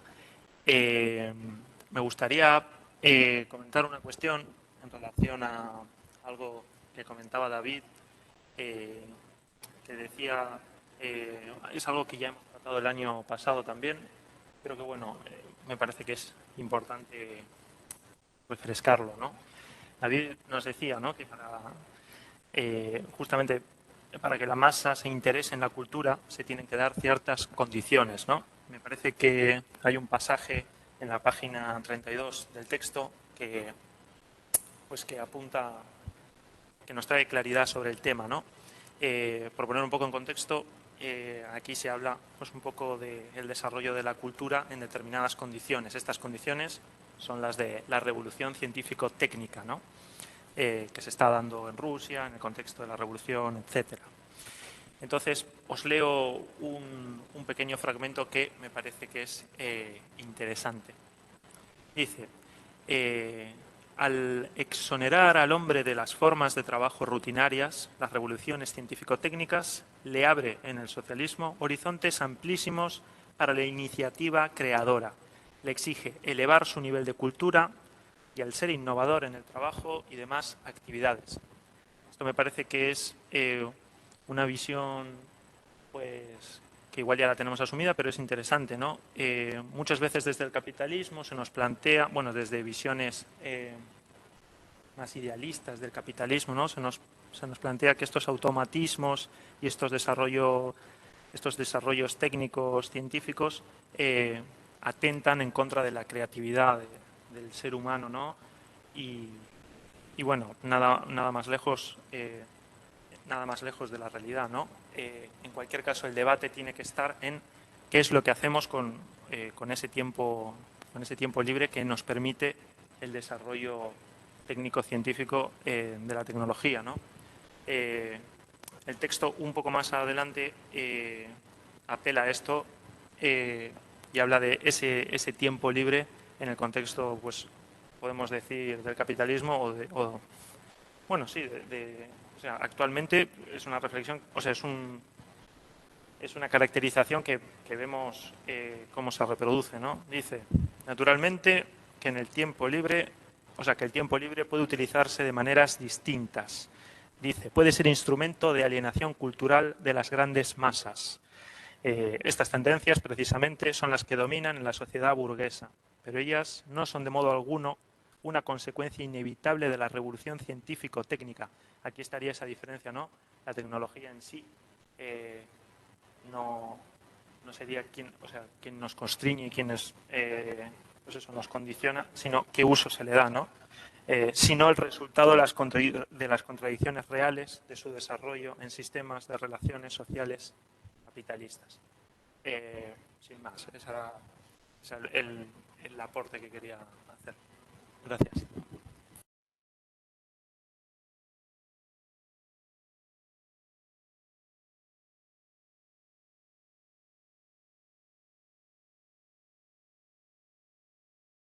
Vale, gracias por la intervención. Julián también, si hay alguna otra persona aquí físicamente quiere hacer una intervención, pues que lo diga. Voy a leer y doy palabra, digamos, a Diego por si quieres ahondar en el mensaje que has puesto que decía, para quien no lo haya visto, decía en la página 35, dice el autor, obras maestras se perciben de manera superficial. Me parece ahí que el problema de la ciencia pasa por ahí. O eso entendí en la respuesta, no solo en la producción artística y cultural, sino además en su interpretación. No sé, Diego, si quieres ahondar un poco más esto o explicarlo con tus propias palabras con más fluidez, o si te estoy tirando un poco aquí a las fieras, pero te escuchamos si quieres elaborar cualquier cosa. Bueno, brevemente en realidad, más bien, eso fue como lo que entendí, y tal vez ahí David me corrige si lo interpreto mal. Siento que su respuesta esa fue como lo que le logré percibir, ¿no? Que se deja entrever de los textos. Concuerdo que efectivamente es Abner Cis el que nos da como más herramientas para ir hilvanando con profundidad sobre ese tema de la relación entre ciencia y arte. Pero volviendo a este texto, me parece que puede ser por ahí, ¿no? Donde podríamos entender justamente cómo es que se va dando ese desarrollo científico, ¿no? De cómo podría ser que podría entenderse una pieza artística, tanto en qué momento histórico se produce, como en qué momento histórico también se puede o es asimilado por la población, porque ¿verdad? También tenemos, pienso, ¿no? Como ese problema de los artistas, que reaparecen mucho tiempo después, que en su época no necesariamente tienen el calado, ¿verdad? Pero que tiempo después son como apropiados por una cultura o una sociedad posterior. Entonces puede ser, ¿no? Entender esa relación podría ser parte de lo que nos señala este autor. No sé si me equivoco. Ahí más bien era sobre la respuesta de David. Gracias.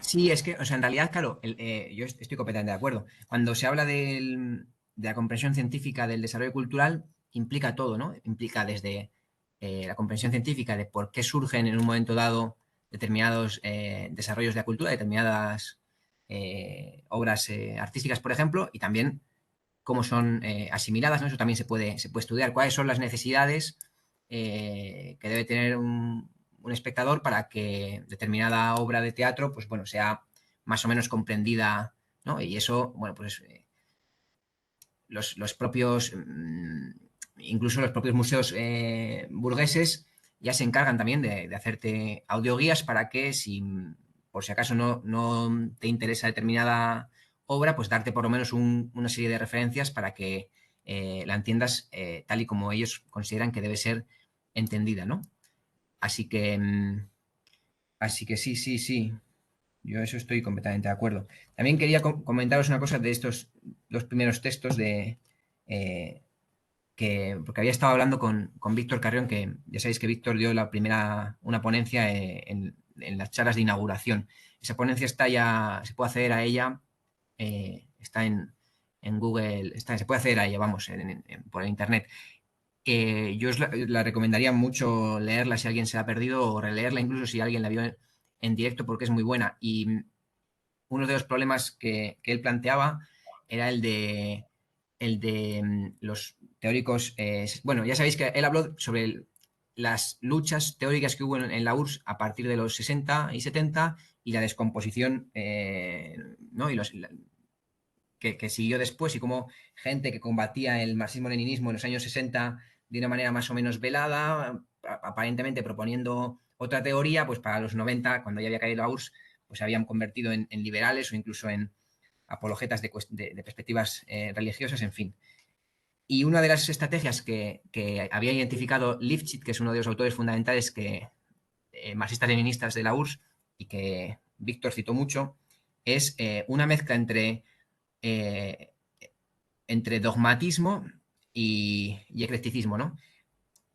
Y aquí en estos textos, cuando se dice continuamente que alguna cosa es científica, pero no se explica en qué consiste esa ciencia, pues es un poco, ocurre un poco este problema, ¿no? Que es un problema pues de escolasticismo, porque al final se da por explicado una cosa que no se está explicando, ningún lector va a asimilar esto, ningún lector va a elevar su comprensión de la cuestión porque es un círculo cerrado.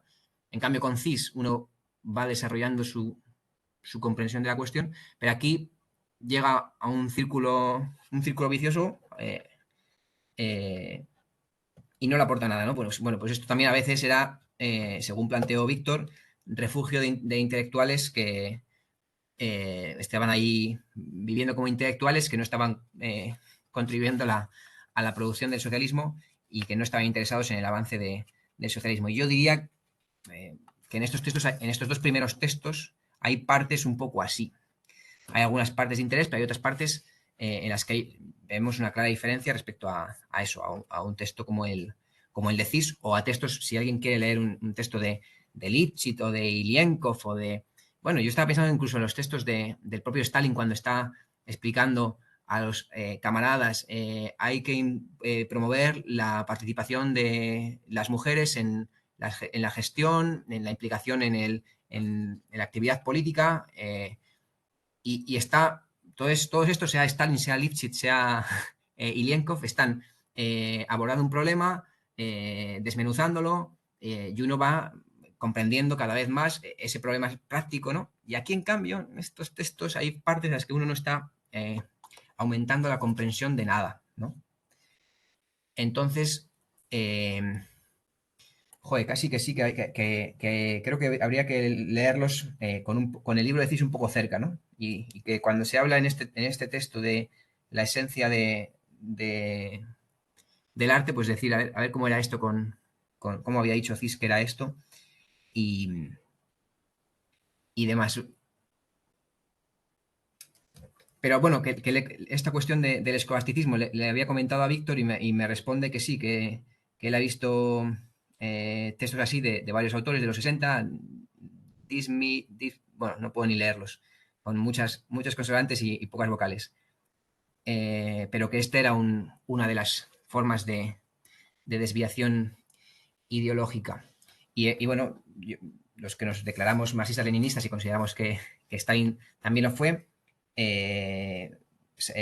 sabemos que en los manuales hay un viraje a partir del 56. O sea, el manual de economía política que publicó la URSS en el 53 y en el 54, cuando se republicó en el 60, después de Khrushchev, hubo cambios. Mao Zedong criticó el manual del 60 y le criticaba desviaciones que, si uno contrasta con el manual del 54, Mao estaba con el manual del 54, pero no con el manual de Khrushchev. En fin, que hay una, como dijo Víctor, el proceso de disgregación, de lucha sí, pues de líneas en la URSS es fuerte en los 60 y 70, entonces ahí uno puede leer vídeos, o sea, leer libros contradictorios o de también gente que está en una línea pero que de momento la está ocultando y una de las formas de ocultarla es esta tendencia como escolástica, en la que las cosas no están en el fondo explicadas. En fin, un buen lío.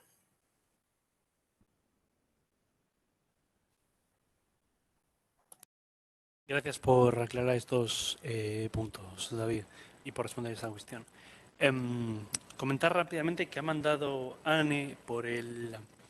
Ya tenemos aquí al costado tanto un link que va directamente a un paper, digamos, de Carrión, en el que pues, está toda su ponencia por escrito, con una claridad bueno, absoluta, y también un enlace a la propia sesión con Javier Parra, la que hacía referencia a David antes, en el canal del seminario, en donde está allí puesto. Bueno, mencionar también un poco, ya al respecto estoy haciendo un poco extensión de esos mensajes, que tanto las sesiones en las que estuvimos trabajando el texto de CIS como las de otras del seminario y de otras ponencias, por ejemplo, con Ejido, están también en el mismo lugar, entonces pues puede ser interesante para acercarte a estos textos y a esas cuestiones si pues, no has tenido un conocimiento más directo. Y también si alguna persona le interesaría tener el libro de CIS y no dispone de ello, pues tan simple como ponerse en contacto con nosotros por nuestro correo y le enviamos el archivo, compartimos un archivo al mismo. Precisamente por esta cosa que decía David, de que sí es interesante tener ese manual bien cerca para recurrir a él cuando hay un poco de zozobras.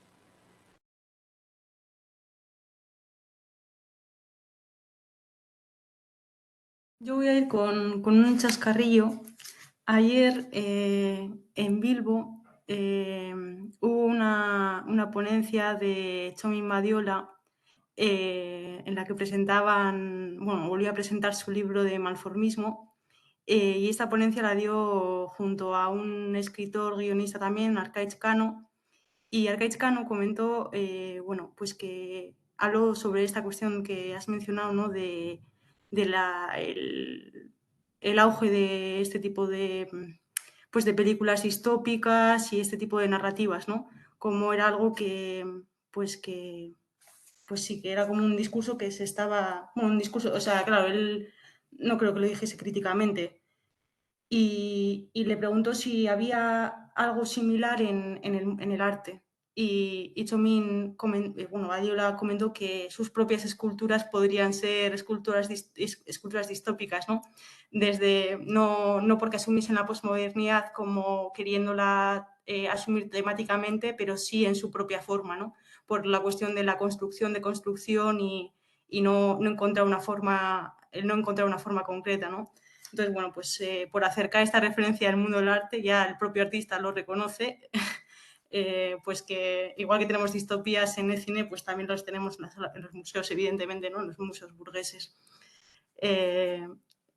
Sin más, y entiendo que este no es el tipo de lectura que los museos expondrán en sus guías o ofrecerán en sus guías para escuchar, ¿no? Que a veces pues, es interesante ver lo que dicen y relacionarlo precisamente con estos textos para analizarlos verdaderamente como lo que son, ¿no? Sin más, era un chascarrillo que me ha venido a la cabeza justamente, pues fue la ponencia ayer y lo he relacionado con estas películas que nos has enseñado.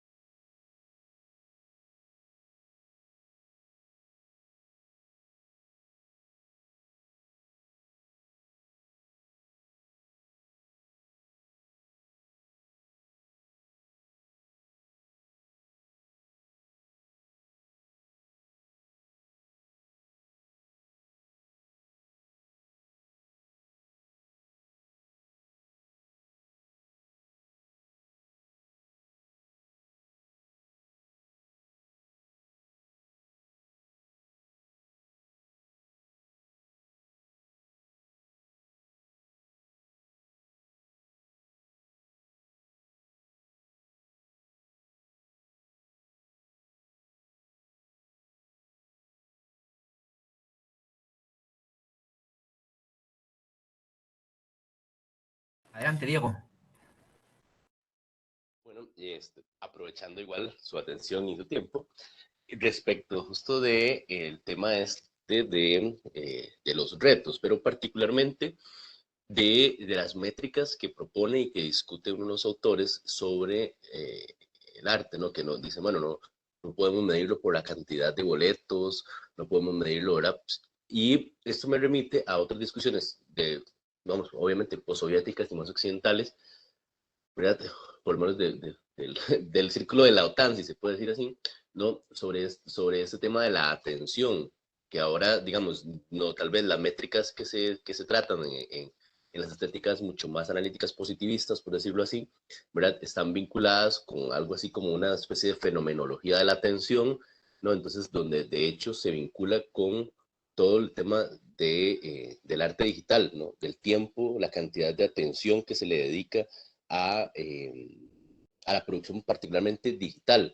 Entonces, me llama la atención de que efectivamente es una discusión, se está planteada, pensamos por el texto, como 70s, 80s, pero que en cierta manera tiene mucha vigencia, ¿no? ¿Cómo medir ese tema, ¿no? Del aprovechamiento de los bienes culturales?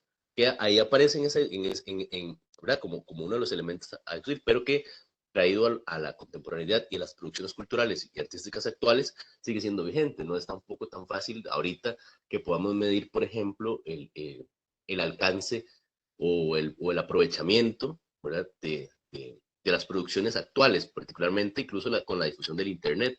Entonces, pensaría yo, no sé, ¿qué opinan ustedes?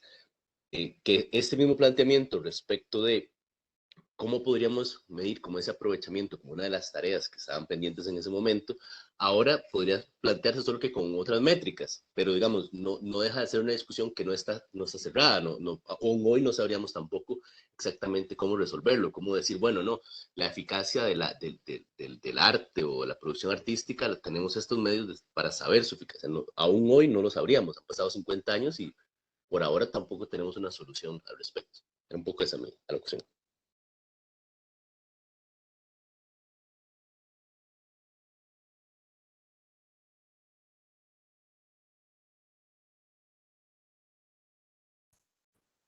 Sí, sí, sí. Yo estoy completamente de acuerdo con el planteamiento. O sea, de hecho, lo que ocurre con este texto y como otros textos soviéticos es que muchas tareas están por delante de nuestras tareas actuales. O sea, nosotros ahora mismo estamos a ver si tenemos un partido comunista fuerte trabajando en todos sus diferentes frentes y ojalá vivamos la toma del poder, ¿no? Y aquí están pensando en cómo avanzar en el socialismo desarrollado. Así que son tareas del futuro, ¿no? Nos hablan desde el pasado para el futuro. Claro, nuestras tareas del futuro pues tendremos nuevos medios que ellos no tenían, ¿no? Todo el desarrollo informático que nos ayudará en muchas cosas. Pero también estaba pensando que en estas sociedades que comentas ahora, que has dicho del entorno de la OTAN, o sea, que podemos decir en las sociedades imperialistas, por ejemplo, uno puede pensar, ¿cuál es el objetivo del cine en una sociedad como la española o la estadounidense, ¿no? Primero, obtener plusvalía y segundo, alinear a los trabajadores. Entonces, claro, aquí las tareas de la cultura en esos países son radicalmente distintas que las de un país socialista. Y pues ellos harán sus mediciones y de hecho las hacen seguro. Y intentan calcular cuánta gente va a ir y cómo hacer para que una película sea taquillera. Ellos también tienen en vez de su realismo socialista, pues tienen no sé, no voy a ponerle nombre, pero ellos también saben cómo hacer su propia producción cultural para que sea efectiva. Y claro, yo sí que entiendo que probablemente haya en sectores de la educación sí que interese lo que Diego planteaba, por ejemplo, ¿no? O sea que pues tenemos que saber cómo hacer para que los chavales asimilen la instrucción en la escuela primaria, secundaria, incluso en la formación profesional o en la universidad, para que sea eficiente para el conjunto de la sociedad burguesa. Pero que si luego lo que entienda una persona cuando vaya, si su nivel de asimilación de la cultura clásica es elevada o no, bueno, no hay más que ver los museos vacíos que hay. Yo hablo de España. España está lleno de museos poquísimamente, muy poco frecuentados. eh, y, y nada más. O sea, que lo que quiero decir es que ni siquiera el objetivo de la cultura en una sociedad y en otra no es la misma, no se podría medir de igual manera, no tienen los mismos objetivos, y los que están en capacidad mayor de medirla tampoco tienen los mismos objetivos, ¿no?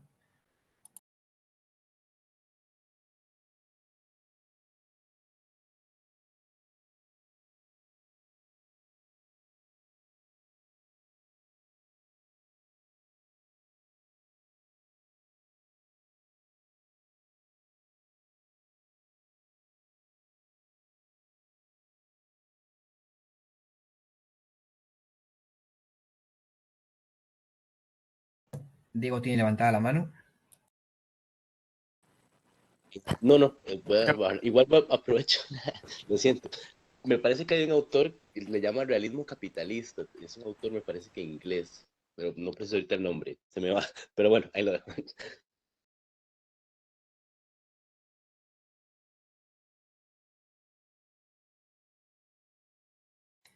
Sí, también de eso podríamos debatir. Hay mucho que debatir, no mucho que comentar. Siempre se plantea en el. Bueno, y esto también lo sé, aquí hay mexicanos. También del muralismo mexicano también se ha buscado echar sobre él la misma consideración desde las sociedades imperialistas que se hacía del realismo soviético, ¿no? Y como el trabajador que aparece en el realismo soviético no es, a veces es un tipo ideal, pues decir, no, el realismo socialista no busca, no es realista, es una idealización, ¿no? No, el realismo socialista busca impulsar valores morales, impulsar la producción, impulsar el conocimiento, impulsar. Entonces, por eso no es necesariamente eh, verídico en algunos detalles, pero esencialmente lo que trata es de que la clase obrera avance, que es la cuestión en juego en la sociedad contemporánea, ¿no?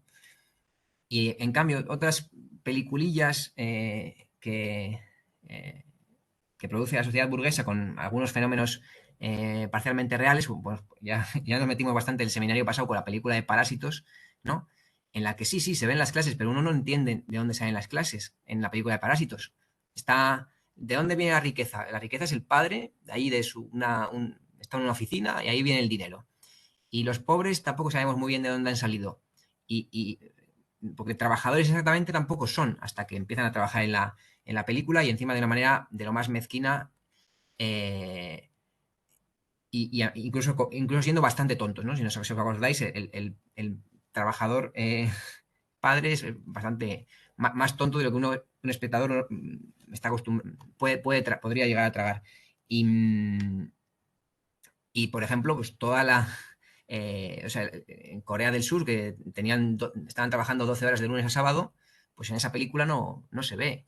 En Corea del Sur, que el comunismo está prohibido, pues en esa película tampoco se ve la represión de los trabajadores. Todo eso no está, allí no aparece. Aparecen simplemente unos pobres que actúan de una manera extrañamente funcional. O sea, es una familia que vive en condiciones muy, muy pésimas, pero que el padre está orgulloso de que el hijo sea capaz de falsificar un diploma, y se quieren y funciona todo muy bien entre ellos, y acaban en una situación rocambolesca, y te llegan a decir que aquello va de la lucha de clases, pero aquello no tiene nada que ver con la verdadera lucha de clases que se está jugando en la sociedad burguesa. Y entonces este espejismo de un semirrealismo, un realismo superficial, también lo juegan.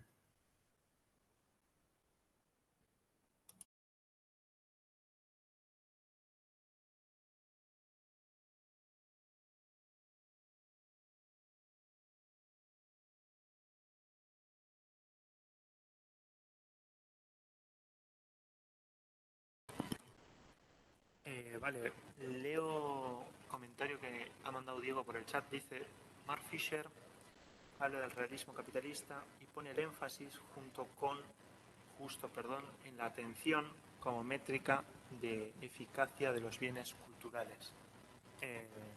Bueno, no sé si es luego lo que has llegado a comentar.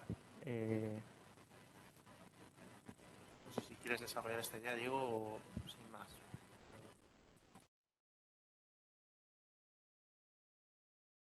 No, nada más era porque me acordé de este autor y quise como citarlo, porque yo dije, ¿dónde fue que lo leí? Y me acordé que había sido en este Fisher, entonces era un poco como para plantearlo y que, digamos, un poco para plantear además un poco lo que también decía David, ¿no? Como la actualidad misma de esos problemas que se planteaban en los 70s y que pues, incluso pueden ser hasta más avanzados de lo que desde nuestras sociedades burguesas podemos estar discutiendo, ¿no? Sobre los problemas como de la cultura y del arte. Eso era, gracias.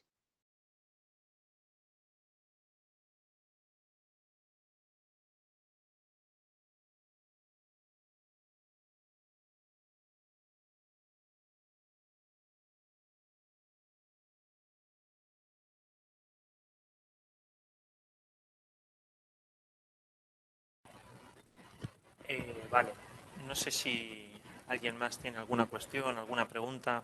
Dejaremos un momento por si a alguien se le ocurre algo más.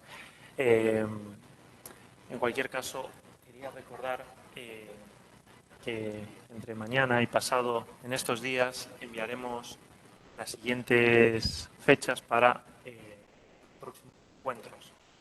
Si alguien está interesado o interesada en participar y nos quiere compartir pues una presentación, no haría falta más que respondernos al correo, un poco como ha comentado antes Lando, ¿no? Para poder participar. Este espacio que estamos llevando a cabo de seminario lo comprendemos como un espacio participativo, no tanto como una clase magistral, sino pues eso, lo importante es que podamos ir aportando desde nuestros saberes específicos y en torno a la experiencia que nos da estos textos clásicos del marxismo, ¿no? Así que eso, dejamos un momento más por si alguien tiene alguna cuestión. Ya vamos cerrando.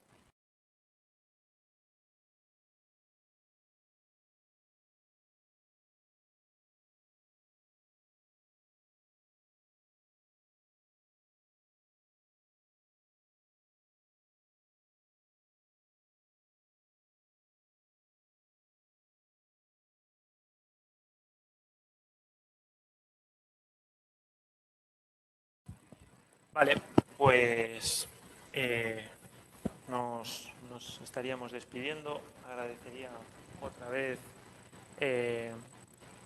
la participación de todos y de todas, especialmente pues eso, la ponencia de David. Dice Stalin, vale, nos está compartiendo un texto, ¿no? Stalin y la lucha por la democracia, a quienes les interese, está relacionado con lo que estábamos comentando. Así que eso, muchas gracias por haber estado presente hoy y pues eso, nos vemos en futuros encuentros. Un saludo y hasta la próxima. Un saludo y que siga el estudio. Fuerza.